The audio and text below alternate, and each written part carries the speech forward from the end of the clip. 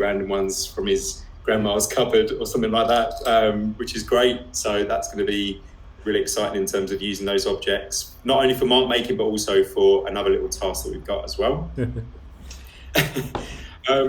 Yeah, just a little bit about me, really. Now, I don't take myself too seriously. I've been teaching for a long period now, so I'd say I started off teaching at a place called Shillington Education, which is very much like a portfolio-driven course.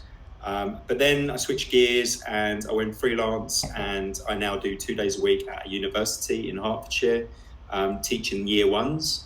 Now, I guess the reason why I wanted to do that is because I like to play, and as it says here, I don't, as you can see, I don't take myself too seriously, and I like to be spontaneous, but also I like to, I like to embrace mistakes and people making mistakes, and kind of empowering, things that you would not necessarily think could be a creative outcome, but instead embracing those type of kind of mistake outcomes and really pushing forward with creativity in an abstract way.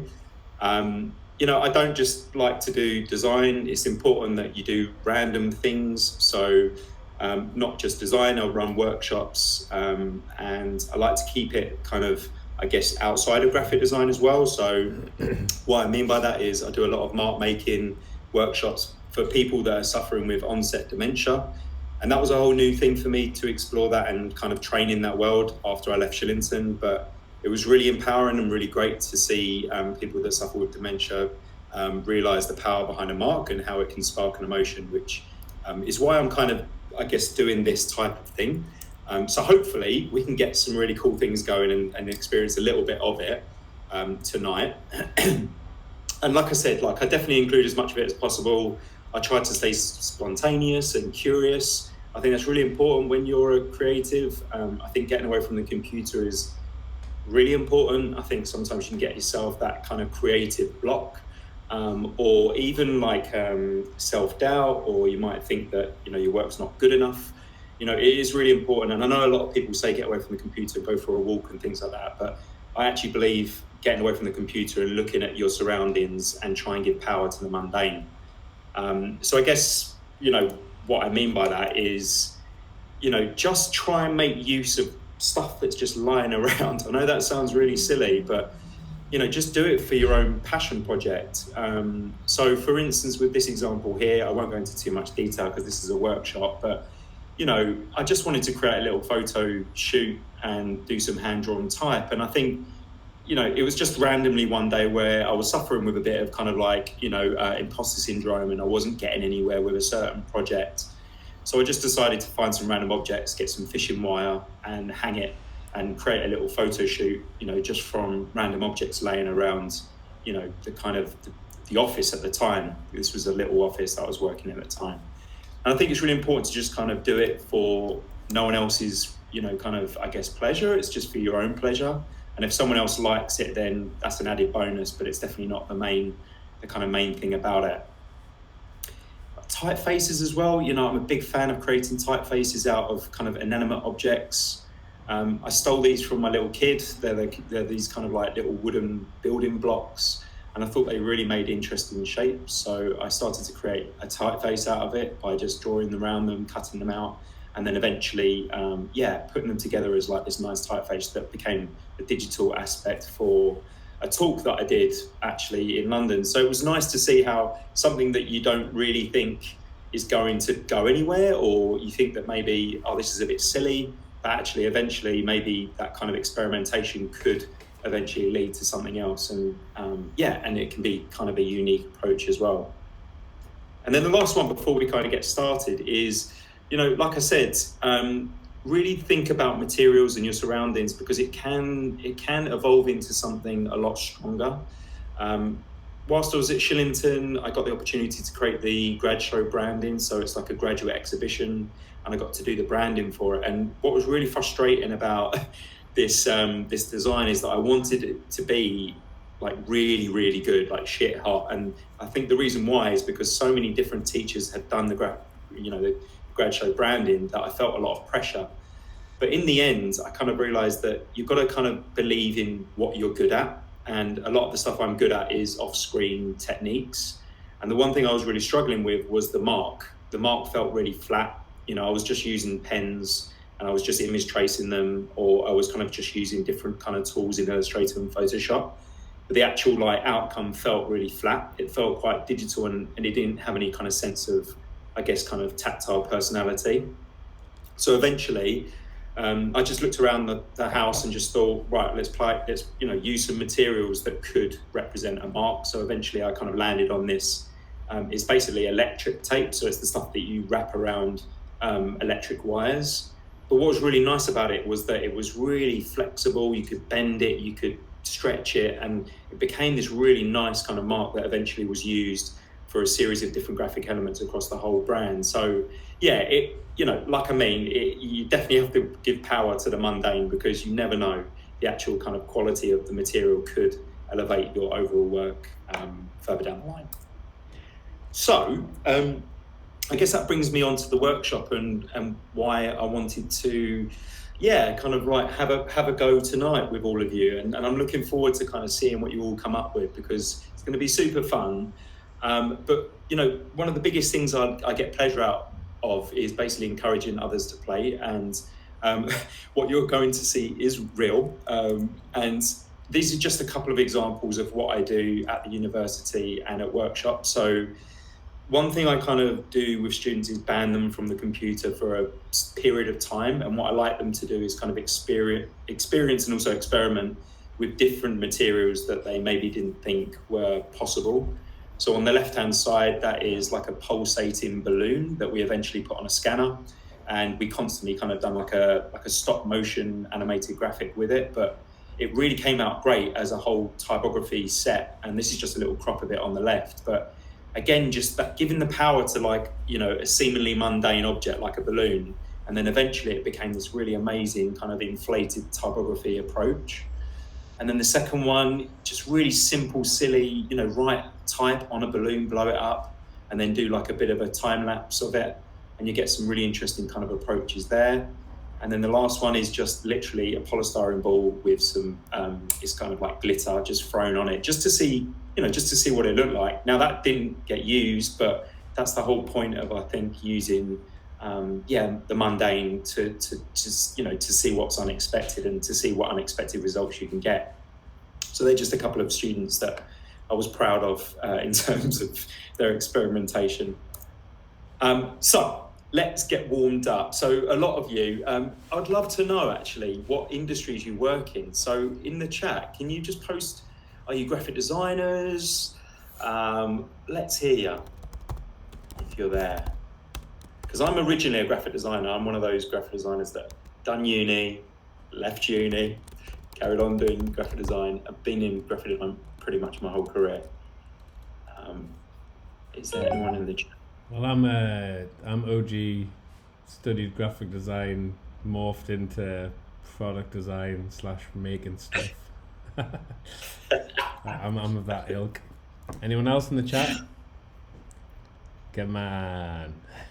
Do you know what? That's true though. When you start off with something and then you eventually evolve, right? You just evolve into something completely different to what you thought you would be, in the initial stages when you study graphic design.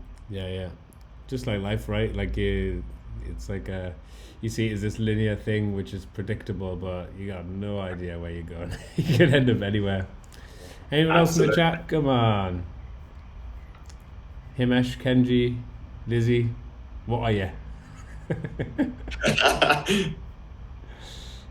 No worries. Well, look, I'll tell you what, let's get started with the task, and then maybe we can kind of see, because there is a bit of interaction here. So the first part of this is, obviously before we even get started in the mark making, it's really important to, kind of start off with just something playful. So anything that we can kind of get our juices flowing. And I'm always inspired by a lot of designers, but this person here, especially I'm inspired by this person on a daily basis.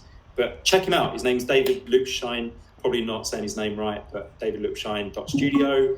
And he creates these really weird facial portraits out of just random objects laying around the house. And I just think that is absolutely genius. And he does it justice. So that's what we're going to do for the first, literally, it's going to be just a 10-15 minute quick exercise. So the quicker we are, the better the outcome. So what I'd like you to do is try and create a self-portrait with the random objects that you brought to this workshop. Now, before we even get started, the objects that I've got half-cut toilet roll, basically. I've got a, maybe I'll stop screen sharing just for a second so you can see my, And if guys, when you're watching, if you click Andy's face, it'll go bigger so you can see the objects. There you go. Can you see me now, Anton? I can see it. So I've got a scouring brush. That's like a, that's a winner, that one. I've got a half-cut toilet roll. Okay, so hopefully you brought your toilet rolls around tonight. I've got a pound coin left over. A Mac adapter type thing, and my kid's rattle toy for when she was a couple of months old. So eventually what I'm going to do is I'm going to compose a portrait of myself using those materials. So what I would suggest is if you just pick your materials, and this is only quick, so, like I said, just literally 5-10 minutes. And what I would like you to do, if you can still can you still see my screen? No, you stopped screen sharing. Okay. So I'm going to share this link in the chat. So I've got this little Figma link just here. And if I just put it in the chat now, please give me a little emoji to let me know that you can basically open that. It should work. But the idea is with that link, as you can see on the left-hand side is let's see those beautiful faces. So if you could just take a photo of your outcome and just drop it on here. Now, for those that haven't used Figma, literally, if you just airdrop it onto your desktop and then click and drag that photo, it will just upload it onto this Figma file, which is pretty cool. It's pretty simple to use, which is awesome, Figma. So yeah, let's get started. Anton, maybe if you've got some good tunes blaring. My tunes are awful. Mine are all like death metal. So I don't want to do that to people's ears. Well, there's a guy at work he's a bit of a DJ, and I just follow his stuff. So let's go with him. Nice. I want to hear that. All right. So look, it's 20 past. Let's try and set a deadline. The faster the better, and the more variations the better as well. Don't just do one. I'm going to start doing my one. I'm going to leave the screen up so you've got that as a reference, and yeah, let's get started. All right. Amazing. Sometimes it does help to use like a different color, but I understand that a lot of you have maybe only got white paper, but that's cool. But if you do have a different color, sometimes the actual objects stand out a bit better. Yeah, I'm gonna go get my colored paper. So Lizzie answered she would love to say that she's a graphic designer, but she's a part-time artist and works for the council. Nice. Hi, Lizzie. Right. But you know what, Lizzie? Honestly, I don't call myself a graphic designer anymore. I call myself a graphic artist. That's the way to do it. Yeah, the title, that changes. So you can be a graphic designer. Just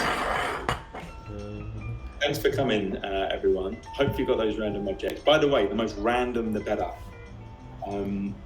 I once had someone come to one of my workshops with jewelry, their food, half-eaten sandwich, which I was like, okay, and some other stuff that, yeah, I won't say because they're a bit naughty. Really? Yeah, seriously. Anyway, a great thing about like kind of objects and stuff like that is when you look at your objects, this is for later on, like really look at the different kind of like textures and things like that. That's always a great thing. And eventually when we get to that stage, which is the main part of this workshop, we can get some really interesting kind of marks out of them that can become bigger than what they are. Right, let's take a photo and I'll get the ball rolling. It's probably not going to look like yourself, that's cool. Oh, you haven't seen it yet. Okay, all right, let me just airdrop it. I'll get the ball rolling. Right. I don't. I don't use AirDrop, so I always WhatsApp my wife, so she just gets all these random pictures. Like, I mean, I only found out what AirDrop was last week, so you're all good. All right, here's my first. I mean, I teach graphic design and I'm the worst at technology, so what does that say?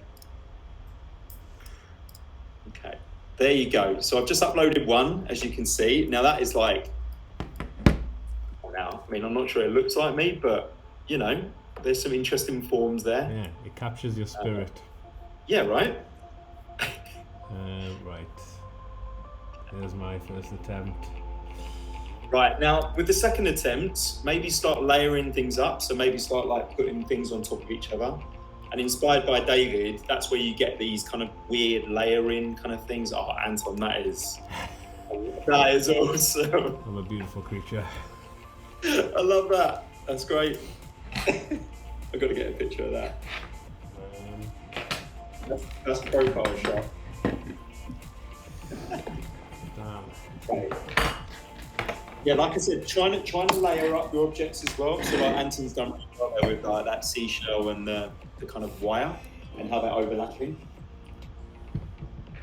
Sometimes you get even more interesting outcomes.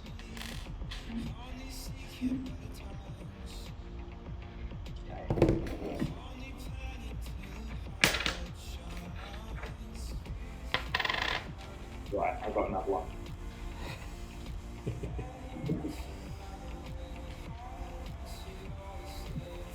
Andy, how often do you do this stuff? Like, I mean, like just completely switch off and just pick up random objects, or go mark making? Yeah, like so little things like this. So obviously, you know, this is a bit of a kind of random before we get into the mark making side, but in all honesty, Anton, like when I do this, people expect me to, I guess, you know how to create a mark straight away. Like right. It's like I've got an answer straight away, but that's never the case, right? So I always have to kind of do some sort of kind of creative, I guess, exercise. This is one of them. You know, there's other ones that I'd love to share them, you know, like, so if anyone's ever interested, but little things like going for a walk in the forest and getting yourself like a leaf, some bark and some mud. Sounds really weird, but start laying that on a piece of paper and doing like a natural like collage. Yeah. That's always a great way of kind of starting kind of the creative juices flowing. But I would never, in all honesty, I would never kind of go into a creative project without doing some sort of off-screen creative exercise. I don't know why. It's always been something for me because I think I've suffered with, you know, self-doubt and imposter syndrome quite a lot throughout my career, and I think that was the one thing that really helped me, you know, kind of get a bit looser, if you know what I mean. Yeah, man. That's super nice, and I'm so guilty of never switching off from the screen, but hopefully this is gonna reinvigorate my tactile stuff. Yeah, and you know, Lizzie, they're great. I love that background as well with it. I'm trying to guess what your objects are. So you've got a ball of hair, that blue hair. What is that? A McDonald's wrapper? No, I'm wrong. It's not a McDonald's wrapper, right? Wall. Okay, yeah. Blue wall. Amazing. I love that. That is great. I love that kind of. I'm so bad at maths. Whatever that roulette's called. I didn't do very well in maths. Can we turn these into NFTs? Yeah. Today was the first time I learned about NFTs because Chris Andrew Small was talking about it today about kind of NFTs, and I was like, what the hell is that? It's interesting though. Set Square, yes, Lizzie, thank you. Nice, Anton. Right, great stuff. All right, we've got a couple more minutes, so let's keep them coming. Keep pushing them. And another great thing as well is sometimes, it sounds really odd, but sometimes doing real close-ups at the kind of angles of what you've made create a really interesting, like Lizzie's kind of like alluded to it a little bit with her jam jars or like kind of used jars, which which look great. So kind of get yourself a nice bit of 3D angle. Whereas if you look at mine are all head over. So if you try a different angle, there's always something interesting you can do there.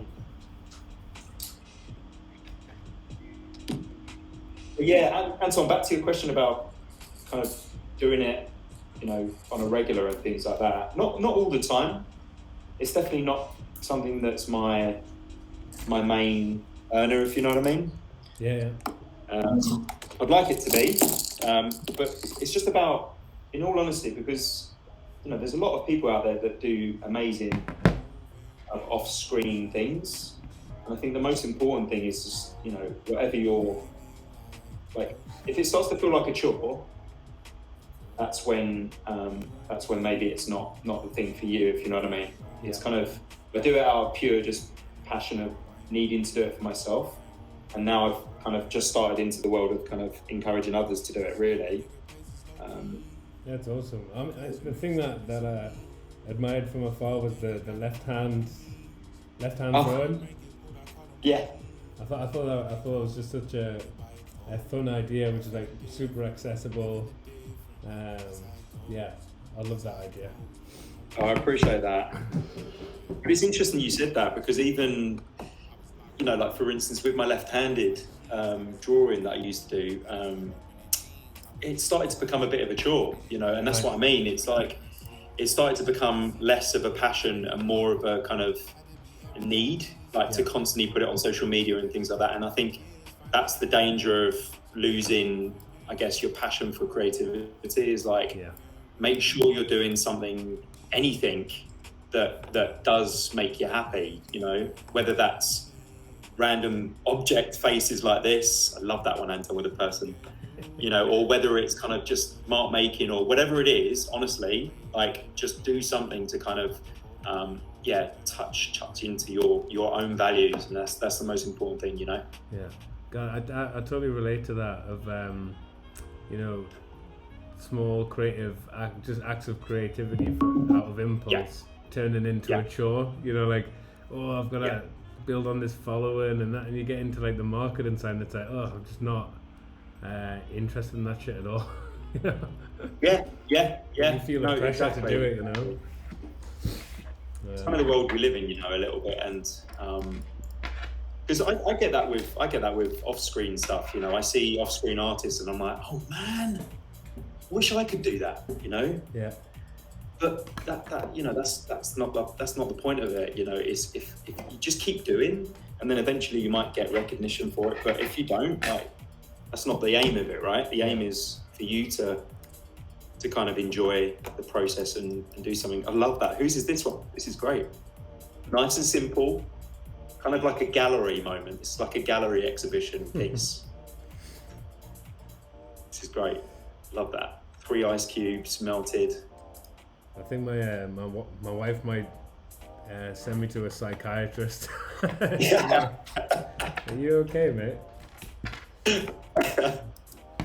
Well, you know what, honestly, my wife works next to me when we're working from home, and the other day I went to go and do a workshop at the LGBTQ plus community centre in London Bridge, and it's an amazing community centre, and I had this big IKEA bag with like a hairdryer, wall, all types of random things, and she was like, okay, yeah, go and have a nice day of work. I'm like, it is work, I promise you it's work. Yeah. Oh yeah, you should. You're a natural. You should have worked in finance. Yeah, that would have been great. That is amazing. Nice one, everyone. All right, look, I think we're ready to switch gears, but I just want to have a quick flip through these, because these are. Can you still see my screen? I'm not watching your screen. Let's go back. Yeah. Amazing. All right. You see what I'm talking about? As soon as you change the angle of the photo, you get a completely different outcome. And that's what I mean about kind of like when you're just making, just like try different things out, and you never know what the outcome's going to be, because sometimes we can stick with one thing, right? And that's a really great example there. Love that. Love those. They're like highlighters, I guess, coming up the tissue box. Yeah, coming back to this nice minimal approach. Love this. Yeah, great. These awesome jars. Not sure what that is in the middle, but I love it. It's like a sweet or lolly. That's the great thing about it. Great. Yeah, Anton smashing it. This one's my favourite. That the one with the gold ball. What is that? I honestly have no idea. It looks like it used to stick onto something, but I don't know what it does. It's just a weird. It doesn't do anything. I love it. I love it. Yeah. But that's what I'm talking about, right? Like these objects were either going to get chucked out in the bin, and now we've kind of made it into something a little bit more, interesting. Love it. Okay, amazing. Great work, everyone. All right, so that's the first start. So let's get on to mark making and what this kind of whole workshop's all about. Okay, so I guess the reason why I wanted to let me just go full screen. There you go, that should help.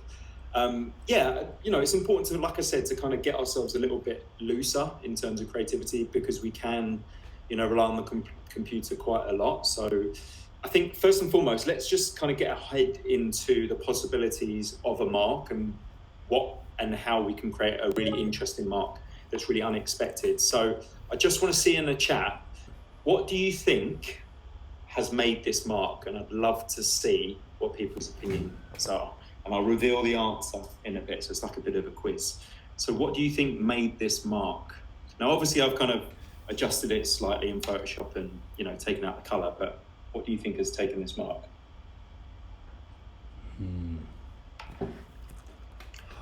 Anything in the chat?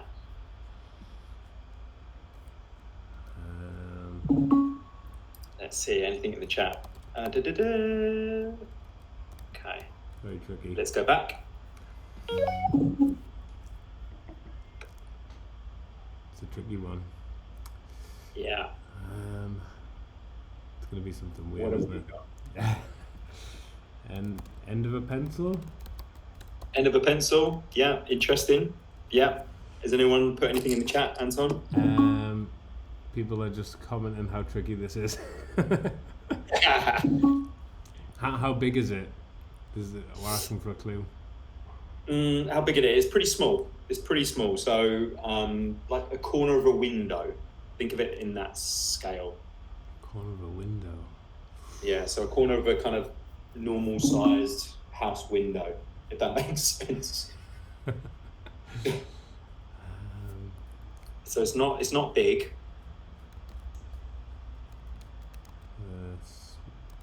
A small beak. A small beak. Yeah, interesting, like a bird beak. Yeah, that's really interesting. So you're on the right track there, that person. I can give you a hint. Yeah, what's the hint? Okay, right. It is a slug trail. Oh my Yeah. God, it's a slug trail. Yeah, honestly, it's a slug trail. So I didn't know this, but slugs make these patterns, or snails, sorry, not slugs, snails. So it's specifically a snail. And this is a snail pattern that was on a glass window of a greenhouse. Now, that on the left-hand side could be a really weird abstract pattern used for some sort of, I don't know, festival. It could be a graphic element for a poster. Now, the great thing about it is that the mark has come from something completely unexpected, and that's the whole point. Using tools and things like that you wouldn't think would make a mark can give you something really weird and unexpected. So try not to use things like a paintbrush or a pencil, because obviously that's going to give you a predetermined mark, right? But if you use something like my baby's kind of rocker thing, and I started putting ink on it and I started stamping it, it would give you a more kind of obscure and interesting mark. So this is just one example of, the reason why it was tricky is because we never thought it would be a bloody snail trail on a greenhouse, mark. So anyway, do me a favor. That's the first one. And I've got another one after this. Do me a favor. When you go outside, just look at interesting marks that have been made by really random things like a snail, because you can get some really unexpected results. How about this one? This one's a little bit easier, but what do you reckon on this material? What do you reckon's made this mark? A bit easier. What's your guesses, guys? Now, this was taken, if anyone's ever in London, this was taken at the Whitechapel Gallery.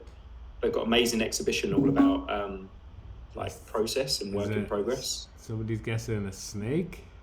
A snake good shout. This one's not an animal, so Ooh. great guess, because it could be. Yeah, absolutely. That we could easily replicate that pattern if we got some sort of kind of fake, definitely not real, but like a fake, snake skin or something like that, and we could pat it down, or yeah, definitely. That's a great suggestion. But what is the mundane Somebody's guessing material? concrete. Concrete, interesting. No. Maybe like a manhole cover. Yeah, like those old rubbings you used to do. Do you remember those? Yeah. We used to get like charcoal and you get paper and you rub over the top of it. Yeah, interesting. Okay, well, it's actually bubble wrap. All right.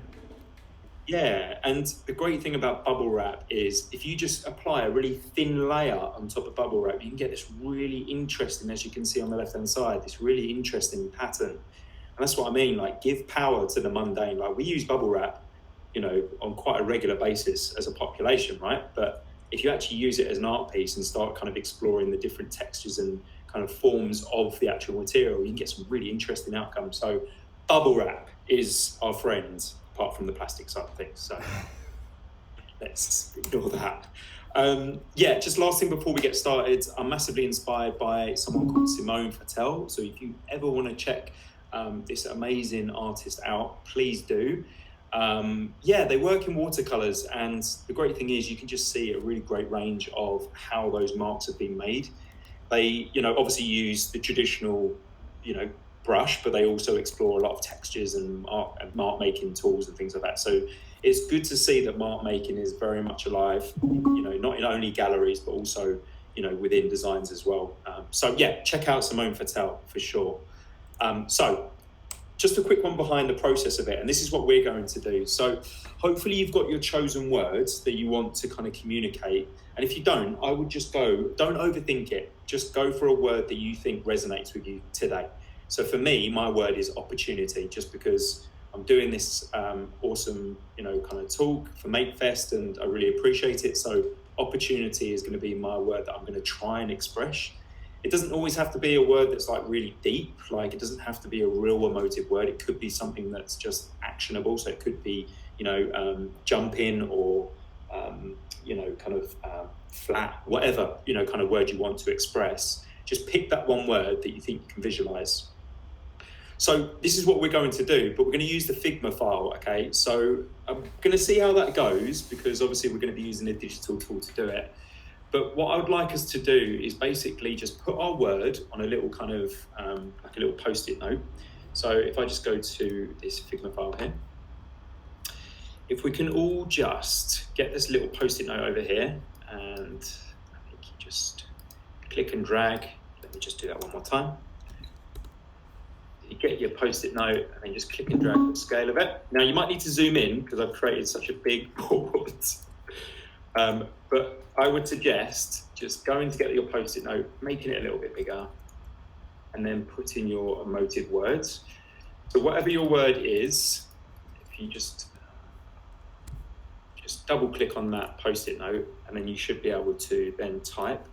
So I'm going to put opportunity. Yeah. And then give yourself just a nice bit of space. So if I go over here, then I've got a bit of space to explore on the right-hand side. And what we're going to do is basically we're going to use this little pen tool down here, this little marker pen tool. Now, just to get us started, when I think of opportunity, so if we can all kind of just take part with my word, then we can all do it for our own words. So if you can come over to my one with the opportunity, if you're all there on the Figma file. Is everyone able to get into FigJam? So I've just shared the link again in the chat, so just click on that and you should be able to find us in there. Looks like you're all here. Cool. Amazing. And honestly, don't stress out if you're kind of struggling with Figma and you kind of don't want to use this. That's absolutely fine. Just do it in your pads, and maybe take a photo of it, and upload it. So what I'd love you to do is, just like I'm showing you in this example, I kind of go through the process of just choosing a word and just come in, like literally what comes to my mind. So in my mind, positivity, like as you can see here, is things that go up or they're quite random.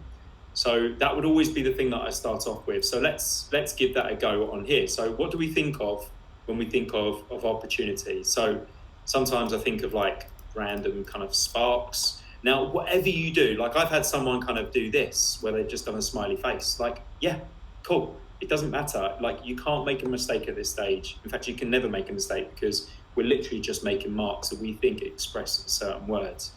So if you can just work around, you can change your colors if you want or change the thickness.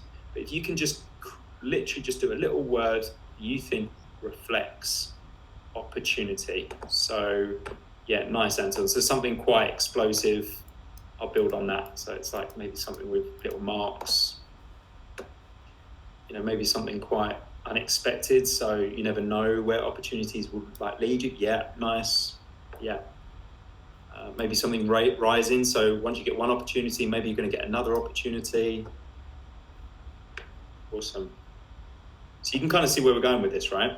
So these marks are starting to kind of, I guess, feel like they're part of this world. Now, obviously, you could translate these marks into a lot of other words, but the nice thing is we've got a nice bit of focus of what these look like. So all of them are quite expressive. They all feel like they're kind of, you know, they're all quite explosive. They're all quite progressive. And that's all based around opportunity, okay? So if you can do that with your own words, we're just going to spend a good, just quick 5 minutes, because then we're going to get into the handmade stuff, which is translating these marks with the tools that we've got. Okay, so just a quick 5 minutes. If you can just get your words, whether you want to do it on Figma or not, that's cool. But please upload a photo onto here anyway, just to see what you've got. So Anton, you've got make. That's a really interesting one. So yeah, what does make look like? And then what we've got down here. So make, is it layering? Is it, you know, mistakes? Awesome, Lizzie, great stuff. Glad to see you've got Figma working. Like I said, if it's not working for you, then you can do it on your pad. But just a quick one on the I guess it's like a sticky note. You have to zoom right in and then click on it to be able to scale up your sticky note. Yeah, nice, Anton. I love that. It's kind of like ebbs and flows. Yeah, I love that. Cool.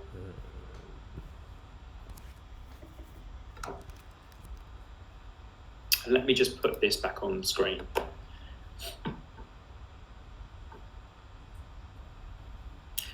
You know, I'd be a liar as well if I said that I always just do this from my mind. You know, I don't have just marks in my mind as like a library or a catalog. Like that doesn't always work. I sometimes use a platform called Designspiration, and I just type in my word and see if there's any kind of like designs or anything out there that kind of relates to that word. But what I would say with that though is definitely don't start off with that, because then what you're going to get is basically a predetermined mark. So it means that you've been heavily influenced by what you're looking at, and you're not necessarily creating something from, you know, your own kind of gut feeling. So I would only ever do that if you're like super stuck and, you know, you feel like you're not really getting anywhere, or you feel, you know, those days as a creative where you just feel like a little bit, well, you've just got like a bit of lack of passion, you know, it feels like that you haven't got the energy there, and that's completely okay. So assist yourself with maybe some inspiration, because that can always help. Let's see what we've got going on. Nice. Love that. Yeah, really, really random. Okay, cool. Nice, Lizzie. Yeah, love that idea of like building blocks. That's really interesting. Yeah, great. And like I said, there's no right or wrong here. So maybe let's kind of contribute to everyone's if we can. So if you don't mind, Lizzie, I'm going to come over to your play, because this is a really great. Well, first of all, it's on point, the words. You know, sometimes kind of maybe you go like, whoop, whoop. You know, sometimes I'm like, yeah, I'm loving it, and sometimes I'm like, I don't want to play. But then I'm like, yeah, I do want to play. The building blocks is great. So maybe it's like a layering thing. So maybe like different textures, different shapes. Yeah, love that. So we got over here, so Anton's make, that's a really interesting one. So maybe it's like completely different textures that go with it. So maybe it's like a filled in thing with a grid thing.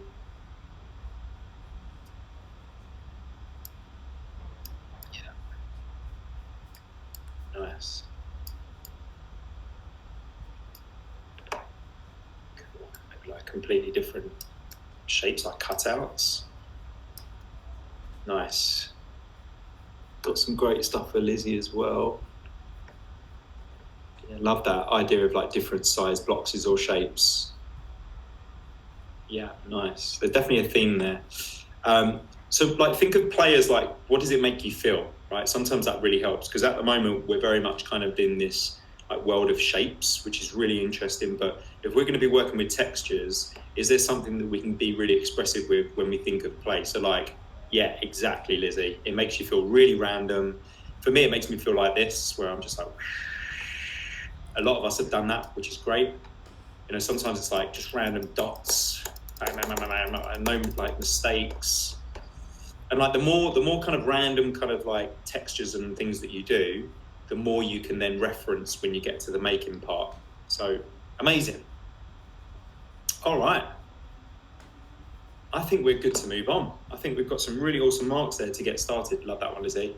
Yeah. So you can reference these. So we've just started that, right? So that's just the process that I go through just as my own thing. And I like to kind of like try and express basically an emotive side behind a mark. And the reason why I say that is a lot of people find it hard to communicate, you know, feelings and kind of things like that. And I'm a big advocate for mental health. So a lot of the time, for instance, with the LGBTQ plus community center workshop that I did, it was all based around, trying to improve your communication of emotive words, because people struggle with, you know, kind of communicating certain feelings.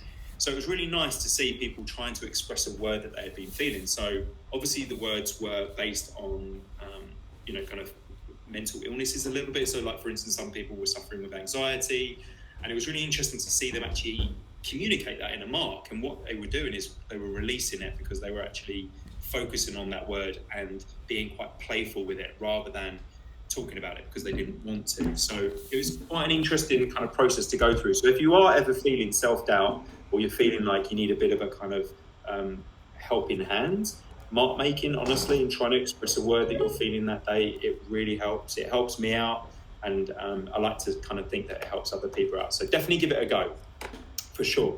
Okay, so we've got our marks. So now what we're going to do is the fun part, okay? So just want to kind of show you my materials now, but you can see in this video, this is the process that I go through. So those little kind of drawings that we've done, I basically just copy the drawings that I've done with the tools that I've got. That's the kind of process that I go through. So the reason why I do that is because I want to see how many different kind of weird ways the tools give me an outcome. So for instance, you can see here, I've got like a lollipop stick, a fork, and it's kind of like a furry wire thing, which is such an amazing tool to use, by the way, if you ever get a chance, because it doesn't stay still and it kind of really weirdly bends. So you can see I've kind of got these random tools, and I like to kind of just then try and communicate those marks that I've just made. So that's what we're going to be doing. So what I'd love you to do is eventually we're going to create loads of marks like this. Okay, so now you can see here, these marks are really interesting, right? So, the one on the left-hand side, I believe, was the lollipop stick. The one in the middle with like these random kind of like curvy lines, that was the pipe cleaner kind of wire brush. Then you've got the pizza cutter with these really sharp lines. And now you can start to see how we are communicating those quick doodles that we were doing into eventually an art piece, which we will get to. So we're going to go through these stages. We're going to make some really interesting marks like this. You can just use one color. This one I just used a different color to bring it in. But again, these are just using kitchen utensils, so like a sponge, things like that. But then eventually you can turn it into an art piece. So this art piece on the right-hand side is something that I've developed as a series recently. And I just do it as and when, I'm just doing it as a passion project for now, but I do them based on mental health kind of words or emotions to try and, raise awareness. So, that's something that I'm currently doing, and that is just using random tools. So eventually we're going to create our own art piece. It's going to look like that, but using our own marks based on our own words, which is going to be pretty exciting. So let's go back a sec.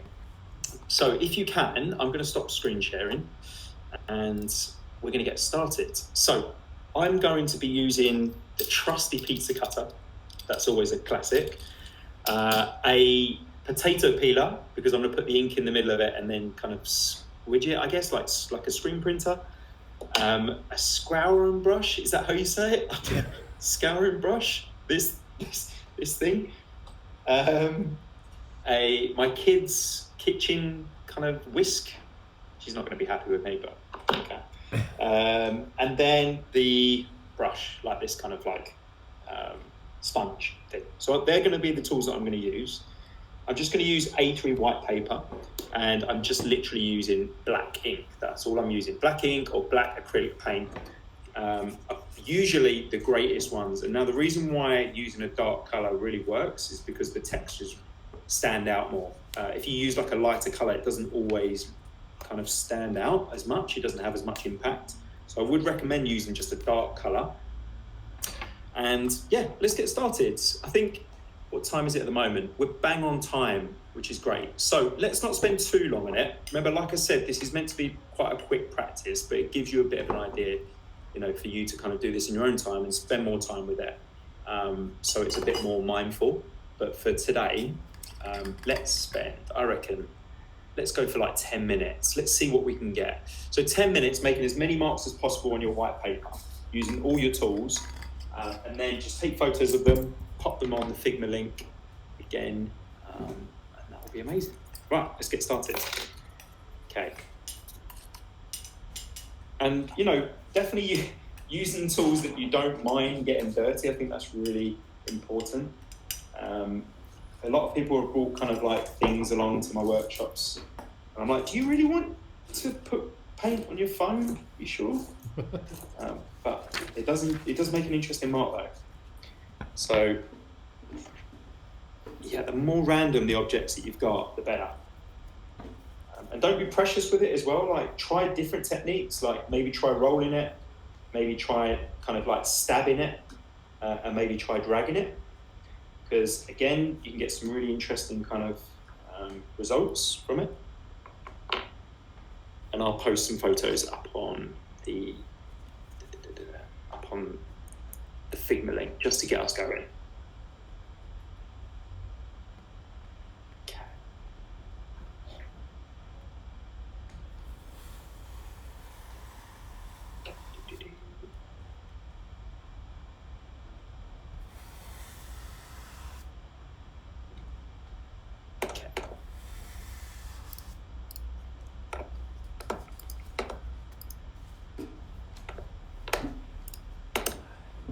So the first one I've put up is the scouring brush and the whisk.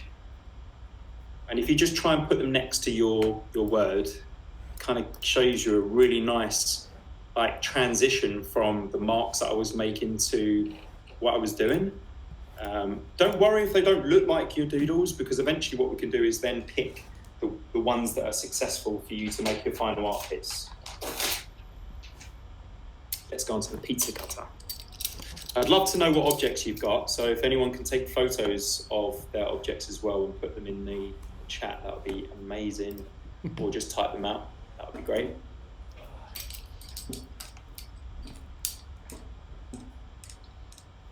Yeah, if you ever get a chance, definitely use a pizza cutter after tonight. It's my favourite tool. Yeah, like I said, try and drag it, try and...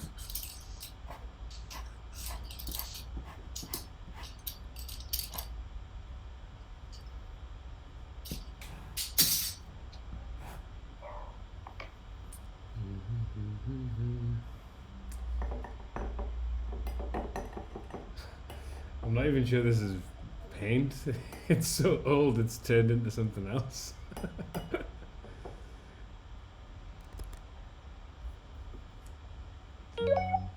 I'm not even sure what I'm using as paint. It's so old it's turned into something else.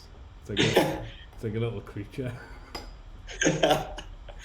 That's sometimes the best thing. If your paint's not like playing game, just let it kind of take over, Okay. Right. Do you want to kind of start posting some progress? That would be amazing. Yep. Because like I said, you know, when you have more time, like I definitely recommend, you know, doing this and like give yourself a good half an hour, just solely focus on this with your, you know, your own tunes, good vibes, and it's really rewarding because it gives you a lot of yeah, it's good for your well-being. Give yourself that time. Okay. I feel it. Honestly, I feel it already. Just, Right? yeah, man. I'm like, what am I? Why do I have a job? I need to figure out a way to do this for a living. Yeah. Well, I mean, I've delivered this to how old are they now? I think they were like 8, and that was completely different. So yeah, pick who you're doing it with, or yeah, love that, Anton. So what tools were you using on those ones? That one was a spanner. I'll put a picture of the object next to it. Yeah, love that. This one's the end of a Hoover. Like I say, this stuff would just be in the bin if we could be asked. If we, I'm using that as an influence. I love that one. I love that. Yeah. Yeah, that's great. See, that's what I mean. So like that Hoover one, if you tried to do that with a paintbrush, you'd be too worried at like how it looked. Yeah. If you know what I mean, like you'd be too like precious about the outcome of it. But because you're using a tool that's not necessarily, you know, used for, you know, creative stuff like this, then yeah, it gives you a bit more of an unexpected result. Yeah, man. How are you getting on, Lizzie? Are you still there? How are you getting on?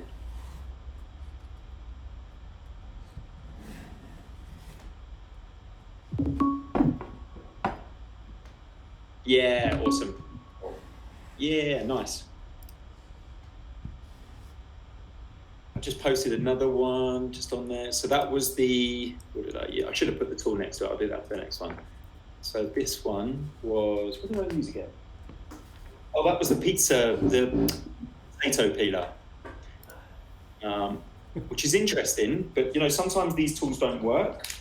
And that's like the whole part of this is like, don't worry if it doesn't look good.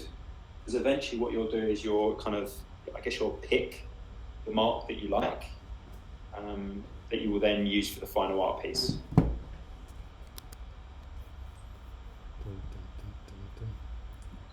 The sponge is always a great one as well. If you ever get a chance to use like a washing up sponge, it gives you these really cool, I guess they look like stamps from like a rock or a stone. Gives you this really interesting texture. I'll post it up now. This one's pretty weird. It's like We'll just have a look. I think she's sort of like a pixie. It's like a pixie statue.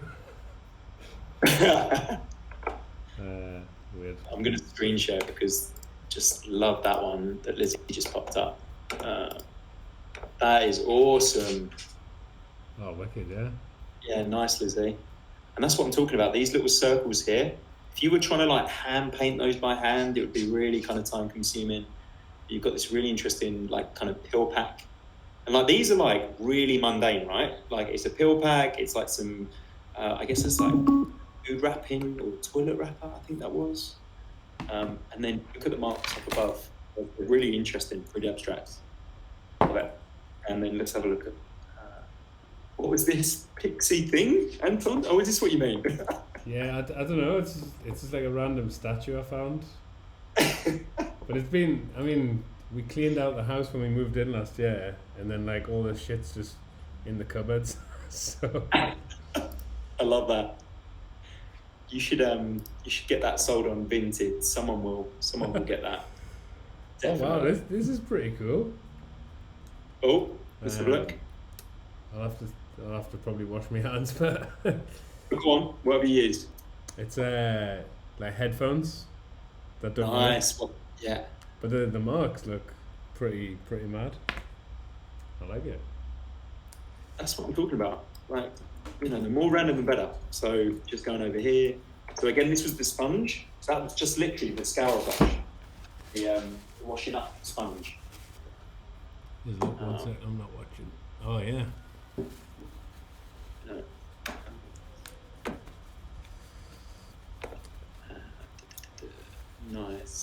Okay, great. All right, let's have a look. This is so needed, man, honestly, because it's like the amount of people that would you get a design brief and you just jump into a design tool or whatever. Yeah. You're missing out on this random inspiration. You know what as well. There's this kind of process that, I mean, it's probably, there's different idea generation, right? There's different like idea generation that kind of designers use in terms of what they do, but I always try and do this one called define, describe, and visualize. And basically what it is, you just define one word that you're basically getting from a brief, and then I describe it. So I'm like, is it bubbly? Is it uplifting? Is it straight? Is it, and then the kind of the visualize part is this. Like I do a lot of like, I guess, mark making to try and visualize those words, and then eventually it could become part of, a project or a design project. But I'll be honest with you, like over time, I think I've kind of stopped doing that because then you lose your love of wanting to keep it sporadic, if you know what I mean. Right. Yeah. Like if it becomes too much of a process that you rely on, then it's a bit predictable. But yeah, exactly. I love that. Look at that pattern there. Yeah, I know, it's crazy. Yeah, it's like I see loads of faces and shit. And that's great. I love that. It's good to see the tool with it as well. All right, look, if we're kind of ready to go, because I'm aware of time, obviously, like I said, you can explore loads of these. Like you could keep going, right? And the great thing about it is that the more messy you are and more random you are with your tools, the better the outcomes are. And that's what I mean about like just looking over here. Who would have known that like a spanner would have created this really amazing. Like I love this this kind of weird circular, it looks awesome, right? And that's from a spanner. This over here, love that. If you had used a brush, it would have taken, you would have been too, I guess, tried to be too accurate with it. Even this, the Pixie, but really unexpected, but such an awesome mark. And then obviously the headphones made these really cool patterns. So that's what I mean. Like, just kind of play around with what's in your environment. Like here, Lizzie, this is a great example of what's in your environment. An empty pill pack, some tissue paper, and then look at these really interesting kind of marks that they've made. Like this is awesome. This really weird textured kind of mark. You wouldn't know what that was. Amazing. Good work. All right. So the next part of it now is those toilet rolls. So if you've got those toilet rolls to hand, now you might have to really quickly just take all the paper off. Or you could use the paper. I've never tried it with the paper, but in that video on the left, you can see that basically I use the toilet paper and I put ink on it and then I just roll it around in a circle. So we can do something really easy, really quick. And we're just going to create our last. The circle, this is pretty deep, is meant to represent you, and it's meant to represent you as an identity. And that's kind of why I like doing it for mental health reasons and giving it more of an emotive kind of direction, is the circle gives it a nice kind of grounding as an identity, as you as a person. And then the marks that you're going to do are basically the ones that you're picking from what you just created. So pick the marks that you think best represent your word. So like, for instance, if we're going over to Lizzie's, like clay, perhaps you can use these kind of circular kind of shapes as one of your marks to go to, your shape, original shape doodles. That's kind of nicely connected. And then maybe you can go for one of these like really expressive ones that goes with more of the random side or the unexpected side of play. So pick, 2 to 3, I would say, marks that you're going to have coming out the circle. Same thing for you, Anton, like, pick ones that you think kind of translate the feeling of making. And then that way you can get something that's nicely connected to your emotive words. And then eventually you can express that with a circular identity. I would recommend kind of making the marks on the edges of the shape because it gives it a nice kind of feeling that they're bursting out. So if you could do that, that would be amazing. So normally what I do, like I said, is I use the toilet roll. So let me just stop sharing. I use this part of the toilet roll. Okay, but if you do have a toilet roll with tissue on it, that's all good. Give it a go. Yeah, give it a go. It's going to take you a bit longer. And also, for those that don't, some people have used one of their tools to make the circle. The only thing about that is, the great thing about toilet roll is that you get these weird lines in the toilet roll. So when you roll it, you get a really weird, cool texture. But if you don't have a toilet roll to hand, just use any of your tools that you've got to make the circle, and then pick the marks that you think best represent your words to make that art piece. Okay. Lizzie, no problem. Have to duck out for a few minutes. No worries. Yeah, my daughter just came in as well, so I hear you on that. I've got a problem. I've got like a really big toilet paper and really small paper. Yeah. Any advice?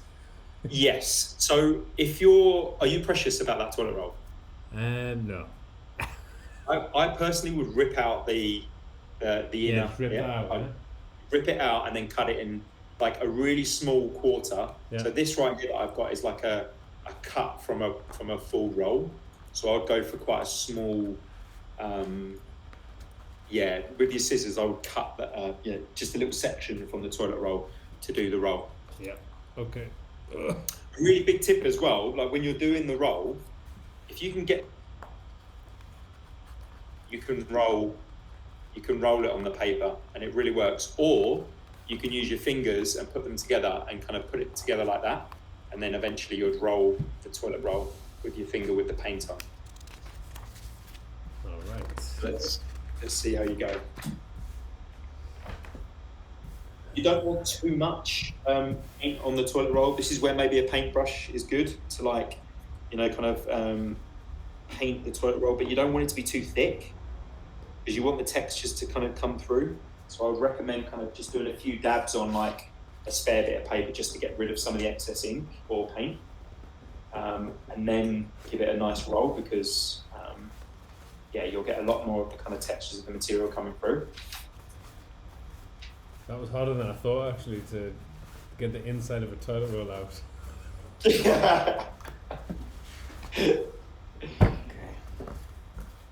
And the reason why you want to use something kind of like a pen or something, because what you'll find is it's really difficult to cut out toilet roll with your hands, because not only are you going to get your hands completely dirty, but it feels a bit irregular. So using something like a pen or something to kind of make the roll always helps.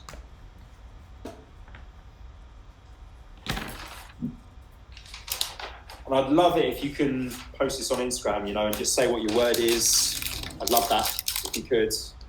Yeah, we'll do. And so should we tag in Play2 Studio? Yes, please. Yeah, Play2.studio. Play2.studio. Okay, yeah, please. Thank you. Oh, there's my dog going off. Yeah, my daughter and dog have just arrived, so expect some noise.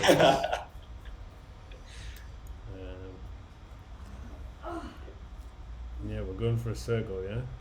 Jesus.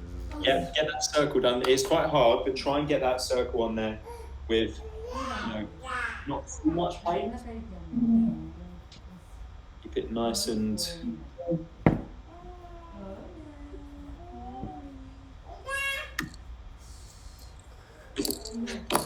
Also, a great one as well for like Lizzie. I've noticed that you've got a kid as well. This is great to do. A circle doesn't have to be round, right? No. Like honestly, like if I show you my example again, like I know that looks perfect, but like you can see in the final piece that it's not, if you know what I mean. But if you wanted to do a different shape, absolutely, you can do a square or a triangle.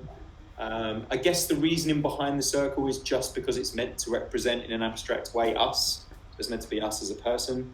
And then the marks that we're putting on the outside of it are meant to represent our words. So we're being a little bit deep there with the abstract connections.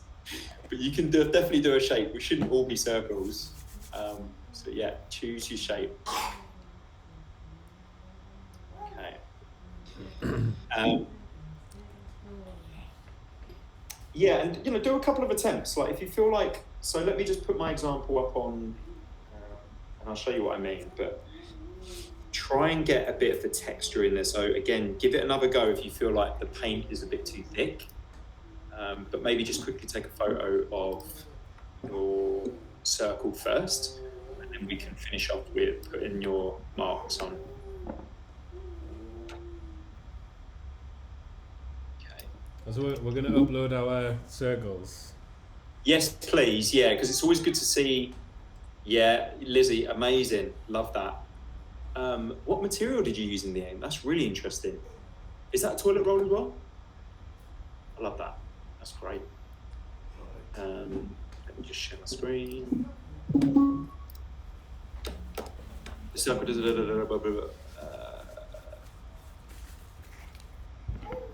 yeah, I know. Yeah, like acrylic paint before bed. Yeah, we always do it in the garden. Yeah, toilet roll, amazing. So power to the toilet roll. Okay. You're never gonna. You're gonna go to the toilet and you're gonna look at that toilet roll every day and think, yeah, art piece. Right, there you go. There's Lizzie's. Love that. This is what I mean. That's a really good. I know it sounds weird. I'm sounding like an art critic here, but it's a good circle, just because the paint isn't too thick. So you're getting all these textures coming through. So like my one here, you've got like little parts of it, so it's not complete.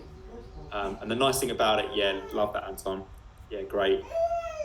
The nice thing about yours, Anton, is that it's a little bit washed out, so it's not thick, which gives it this kind of watercolor type look and feel.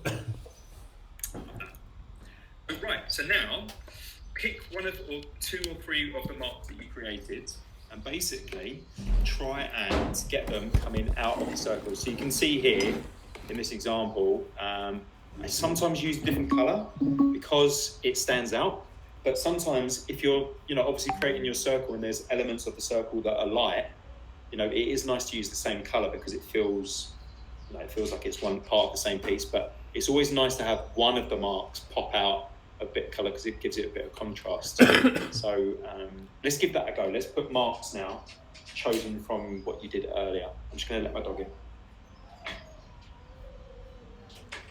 Come on. Good boy.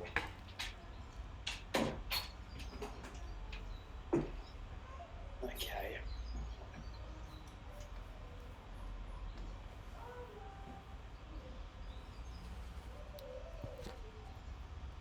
All right, so my choices are the scouring brush. I'm going to stick with black.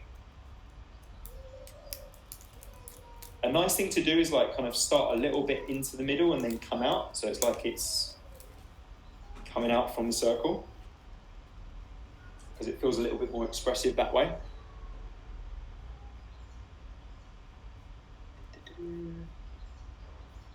It's a cutter.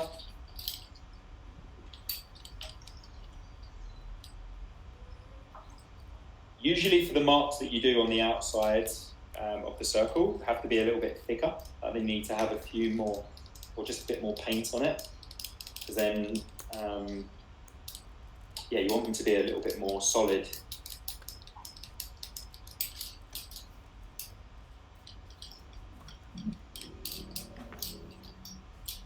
And don't worry about mistakes. Like if all of a sudden the mark looks a bit crap, that's all good. Like honestly, it's about kind of being quite quick with it. So if you don't like it, then quickly do another circle, pick another material, and sometimes that helps. Okay, I'm gonna post mine in a bit.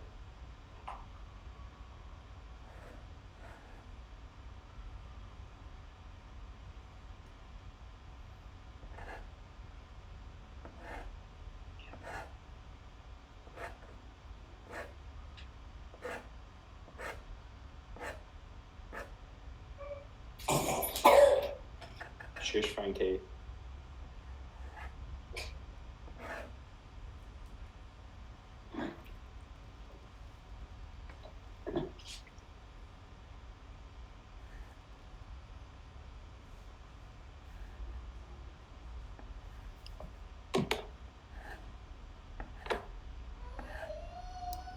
Okay, I'm going to pop mine on the board.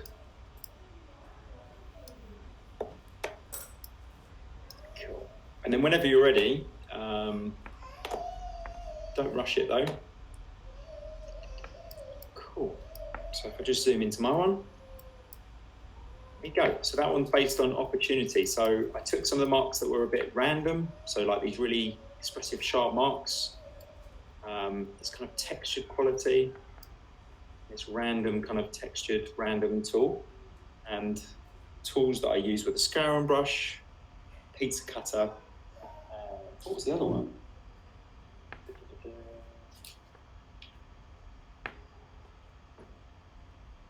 Oh yeah, and the potato peeler.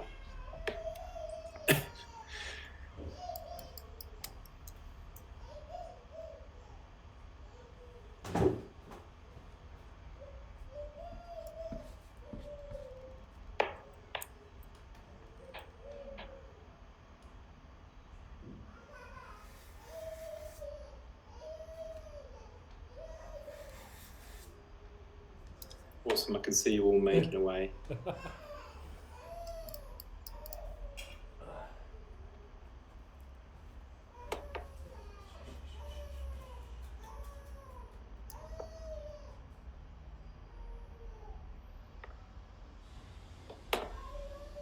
The only problem with this kind of process, though, is that you will start hoarding random objects and materials.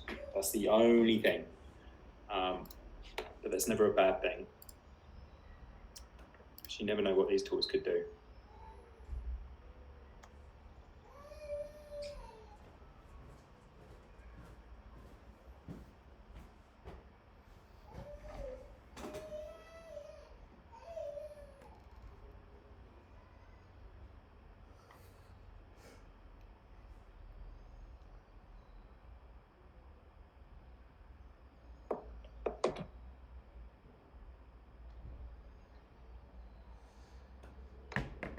All the tension.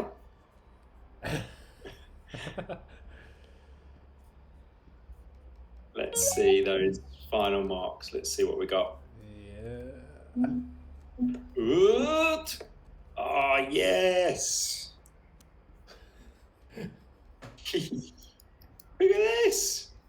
That is awesome. That's amazing. That is amazing. Now, if you think of your words, play, I mean, does that feel playful? Yeah. 100%. Yeah. That's really great, Lizzie. Like, it feels really sporadic, really random. I love the fact that these, honestly, these pill like type shape circles, that's like really, really strong. Love it. Right, Anton. What? Yes. Yes, I love that. Yeah, the paint came out too fast, but yeah, I quite like the Hoover thing. Hoover thing's got it going on. No, I love that. I love that because that's definitely based on make. But you know what I love about that is that, like, when you look at these examples, they're completely different. Like, mine's a lot more reserved. Like, I like to kind of like eke out a little bit of spontaneity. Whereas yours is like, right, I'm doing it, let's go. And that's the greatest thing about it, is that everyone can express it in different ways. So yeah, amazing. Thank you for that, everyone. I really appreciate it. If you can, like I said, share it, that would be great. But yeah, so hopefully you enjoyed that. You know, I think, just to finish off, I think, you know, just the last thing is just always remember to try and, you know, give yourself that time. Just try and give yourself that time to just play.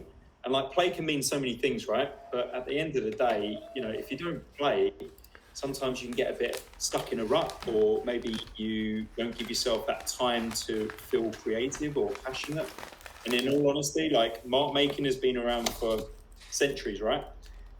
It's not a new thing. And I think, honestly, we can sometimes forget to use our hands. And I think that, honestly, sometimes it's really empowering for yourself. So hopefully you can continue doing this. Hopefully you can give yourself a bit of self-love and self-care, and give yourself this time to do it, and include other people in your family.